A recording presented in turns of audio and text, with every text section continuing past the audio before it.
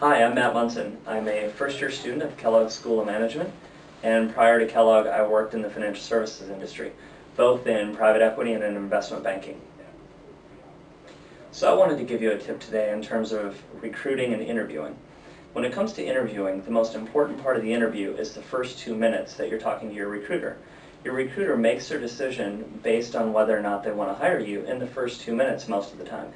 Now, the recruiter won't admit that to you, but subconsciously they make that decision. So even though you know your story better than you know many other things about the interviewing process, it's very important for you to sit down with yourself in front of your mirror at home and talk out loud and talk through your story. Your story is simple. It involves a 2-minute, very concise version.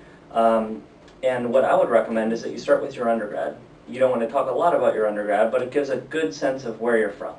And then starting specifically with your undergrad and then moving through the logical thought process you took to make each job choice following undergrad. That will clearly lead all the way up to where you are today. In terms of major highlights, you want to talk about the skills you've obtained, the responsibilities you've had, and then talking to your interviewer about why you're in front of them, what you can contribute to their organization, and that will logically bring it all up to present day where they can then dive into questions about specific things that you've done in your past.